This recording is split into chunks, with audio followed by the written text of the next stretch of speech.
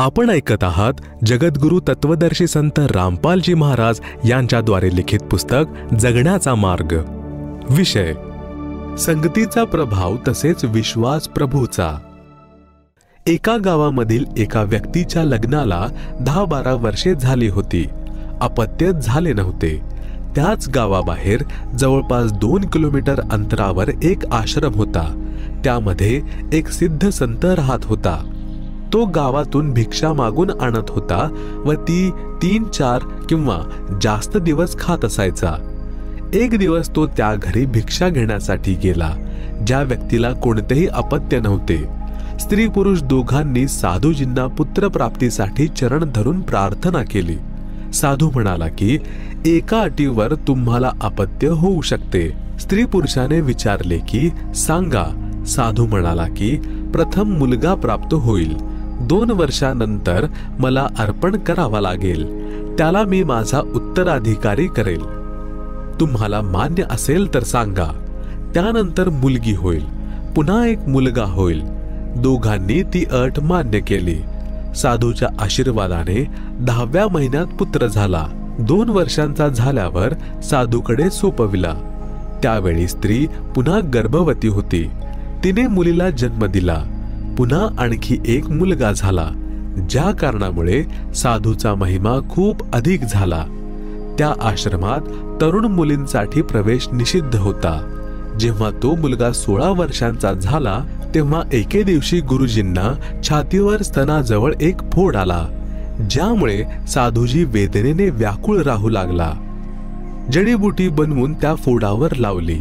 4-5 दिवसात तो फोड फुटून बरा झाला. तेव्हा साधू बरा झाला. काही दिवसानंतर साधूला ताप आला. वृद्धावस्था व तापामुळे निर्माण झालेल्या अशक्तपणामुळे चालण्या फिरण्यास असमर्थ झाला. साधूने त्या शिष्याला कधी गावामध्ये भिक्षा मागण्यासाठी पाठवले नव्हते. असा विचार करून की कुठे तरुण मुलगा गावामध्ये मुलांसोबत बसून वाईट संगतीमध्ये पडून कोणती चूक ना करो, कुठे विवाह करण्याची प्रेरणा होऊ नये. परंतु त्या दिवशी विवश होऊन साधू आपल्या शिष्यास म्हणाला की बेटा, भिक्षा मागून आण व गावातील पहिल्या गल्लीतील 4थ्या घरातून जे मिळेल ते घेऊन ये. पुढे जाऊ नकोस. मुलगा गुरुजींच्या आदेशानुसार त्याच घराच्या दारावर गेला आणि म्हणाला, अलख निरंजन. त्या घरातून एक 14 वर्षीय मुलगी भिक्षा देण्यासाठी दारात आली. तेव्हा साधू मुलगा त्या मुलीच्या छातीकडे बारकाईने पाहत होता. मुलीने पाहिले की साधूच्या नजरेत दोष आहे. मुलगी म्हणाली की घे बाबा भिक्षा. साधू म्हणाला, हे माईच्या मुली, तुझ्या छातीवर 2 फोड आले आहेत. तुम्ही आश्रमात या. तुमचे फोड गुरुजी बरे करतील. हे माईची मुली, तुम्हाला खूप त्रास होत असेल. माझ्या गुरुजींना तर एकाच फोडाने दुःखी केले होते. असे बोलणे साधू मुलाकडून ऐकून मुलीचा अंदाज आणखी दृढ झाला की हा साधू नेक नाही. मुलगी मोठमोठ्या आवाजात बोलू लागली की आपल्या आई बहिणीचे फोड बरे करून घे. नालायका, तुला चपलेने मारेन. असे म्हणून मुलीने पायातील चप्पल काढली आणि म्हणाली, चालता हो इथून. पुन्हा कधीही येऊ नकोस. गलका ऐकून मुलीची आई पण दारात आली आणि विचारले की मुली, काय झाले? मुलीने त्या साधूची वागणूक आईला सांगितली. आईने विचारले, बाबाजी, कोठून आलात? साधू मुलाने सांगितले की या आश्रमातून आलो आहे. माझे गुरुजी आजारी झाले आहेत. चालण्या फिरण्यास असमर्थ आहेत. म्हणून पहिल्यांदाच मला भिक्षा आणण्यासाठी पाठवले आहे. मी त्यांचा शिष्य आहे. मी तर या बहिणीला विचारले की तुझ्या छातीवर 2 फोड आहेत. खूप त्रास होत असेल. माझ्या गुरुजीला तर एकच फोड झाला होता. दिवस रात्र वेदनेने त्रस्त राहत होते. ते औषधे जाणतात. आपण गुरुजींकडे जाऊन फोड बरे करून घ्या. तो साधू मुलगा त्याच स्त्रीचा मुलगा होता जो साधूला अर्पण केलेला होता. ती मुलगी त्या साधू बाबाची छोटी बहीण होती. आईने सांगितले, हा तुझा भाऊ आहे जो आम्ही साधूला अर्पण केला होता. हा दुनियादारीच्या वाईट गोष्टींपासून वाचला आहे. याला काहीच माहिती नाही. जो दोष मुली तुला वाटला तो या तुझ्या भावात नाही. हा तर पवित्र स्वच्छ आत्म्याने बोलत होता. तू गावातील फाजील युवकांच्या खुणांनुसार विचार करून धमकावले. आई म्हणाले की साधूजी, माझ्या मुलीच्या छातीवर फोड नाहीत, ते स्तन आहे. बघ, जसे माझ्या छातीवर आहेत. हिचा विवाह करू. तिला अपत्य होतील तेव्हा या स्तनांमधून तिची मुले दूध पितील. साधू मुलगा म्हणाला, हे माई, हिचा विवाह कधी होईल? केव्हा हिला अपत्य होतील? माईने सांगितले की कधीतरी 3-4 वर्षांनंतर विवाह करू, मग 2-3 वर्षांनंतर अपत्य होईल. साधू मुलाने आध्यात्मिक दृष्टिकोनातून विचार केला की परमात्म्याला जन्म घेणाऱ्या बाळाची केवढी चिंता आहे.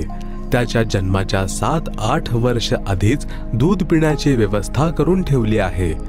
तो आमच्या जेवणाची व्यवस्था आश्रमातच करणार नाही काय?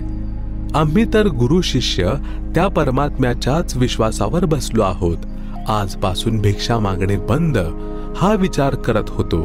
तोच माईने विचारले, बाबाजी, कसली काळजी करत आहात? साधू म्हणाला की ताई, चिंता समाप्त.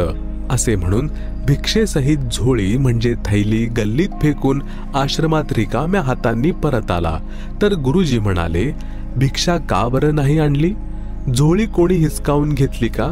मुलाने सांगितले की गुरुजी, जर परमात्मा मुलाच्या जन्मा अगोदर 7-8 वर्ष त्याच्या सर्व खाण्यापिण्याची व्यवस्था करतो, तर आपल्या आश्रमात करणार नाही का? अवश्य करेल. म्हणून मी झोळी गल्लीत फेकून आलो. साधू समजून गेला की हा कामचुकार रस्त्यातच झोळी फेकून आला, कारण रोज भिक्षा मागायला जावे लागेल. साधूचा नाईलाज होता. तो काहीच बोलला नाही. विचार केला की उद्या मी दुःखी सुखी होऊन कसे तरी स्वतःच भिक्षा आणेल. जेव्हा साधू मुलगा झोळी तसेच भिक्षा गल्लीत फेकून आश्रमामध्ये निघून गेला, तेव्हा परमात्म्याने गावातील काही व्यक्तींमध्ये प्रेरणा केली की मोठे बाबा अस्वस्थ आहेत. छोट्या बाबांना कोणी काहीतरी बोलले म्हणून तो भिक्षा व झोळी दोन्ही फेकून निघून गेला. साधू भुकेला आहे, मुलगा देखील भुकेला राहील, असा विचार करून चांगले भोजन तयार केले. खीर, फुलके, डाळ बनवून अगोदर एक जण आला आणि साधूला म्हणाला की छोट्या बाबाजी यांनी कोणाच्या तरी सांगण्यावरून रुष्ट होऊन भिक्षा नाही आणली. भिक्षा जोळी फेकून आला. तुम्ही भोजन करा. साधू म्हणाले की अगोदर मुलाला खाऊ घाला. मुलगा म्हणाला, अगोदर गुरुजी जेवण करतील, मग शिष्य करेल. साधू जेवण करू लागले. इतक्यात दुसरा हलवा, पुरी, छोले घेऊन आला. अशा प्रकारे गावातील जवळजवळ 10 व्यक्ती असाच विचार करून भोजन घेऊन आश्रमात पोहोचले. शिष्य म्हणाला, वा भगवान, आम्हाला माहीतच नव्हते की तुम्ही किती चांगले आहात. त्यामुळेच तुमच्या नामस्मरणापेक्षा भोजनाचीच काळजी जास्त असायची. गावकऱ्यांनी नंबर लावले की एका दिवशी एका घरातून साधूंचे जेवण पाठवले जाईल. असेच झाले. शिकवण: जशी संगत तशी रंगत. आपला दोष दुसऱ्यामध्ये दिसतो. परमात्म्यावरील विश्वासाशिवाय भक्त अपूर्ण आहे. मागून खाणे देखील शास्त्र विरुद्धच आहे. कारण जर भक्ताची श्रद्धा तसेच भावना खरी असेल तर परमात्मा व्यवस्था करतात. परंतु गृहस्थीची कर्म करून भोजन ग्रहण करणे सर्वोत्तम आहे. साधू संतांचे कर्म सत्संग करणे, भक्ती करणे आहे. जर खऱ्या श्रद्धेने करत असेल तर त्याला मागण्याची आवश्यकता पडणार नाही. संत गरीबदासजी यांनी परमात्मा कबीरजी यांच्याकडून प्राप्त ज्ञानातून आपल्या अमृतवाणीमध्ये सांगितले आहे की वैराग प्रकरणाच्या अंग मधील काही वाणी. गरीब नट पेरणा कांजर सांशी, मांगत है भटियारे, जाकी तारी लागी तत्मे, मोती देत उधारे. गरीब द्रौपद सुता के चीर बढ़ाए, बिनही ताने काते, सकल मनोरथ पूर्ण साहिब तुम क्यों मांगन जाते. गरीब आपते आवे रत्न बराबर, मांग्या आवे लोहा, लक्षण नहीं जोग के जोगी, जा पस्या बन खोहा. गरीब टूका कारण फिरे कुकरा, सतघर फिर आवे, ये तो लक्षण नहीं जोग के, क्यों बाणा बिरदल जावे. गरीब जिनको आत्मज्ञान नहीं है वे मांगे रे भाई, चावल चून इकट्ठा करके ब्याज बधावे जाई. गरीब जो मांगे सो बढ़वा कहिए, दर दर फिरे अज्ञानी। योगी योग संपूर्ण जिसका, जो मांग न पीवे पानी। गरीब कद नारद जमात चलाई, व्यास न टुकड़ा मांग्या। वशिष्ठ विश्वामित्र ज्ञानी, शब्द विहंगम जाग्या। गरीब कबीर पुरुष के बालद आई, 9 लख बोड़ी लाहा। केशव से बन जा रे जिसके, देवै यज्ञ जुलाहा। भावार्थ। उपरोक्त वाणींचा भावार्थ आहे की जे शास्त्रानुकूल सद्भक्ती करत नाहीत ते साधू वेश बनवून असे मागत फिरतात। जसे कुत्रा भाकरीच्या तुकड्यांसाठी 70 घरी जातो, तसे इतर जातीतील नट पेरणे, कांजर व सांशी लोक भाकरीसाठी भटकत होते। जर साधू सुद्धा असेच करीत असेल तर त्याच्या साधनेमध्ये त्रुटी आहे। परमेश्वर कबीरजी आपले दैनंदिन विणकराचे काम करत होते, तसेच सत्य साधना सुद्धा करत होते व सत्संग देखील करत होते। सद्भक्ती करण्याची परमात्मा कशी मदत करतात याचे प्रमाण स्वतः कबीरजी यांनी दिले आहे। कथा या प्रकारे आहे।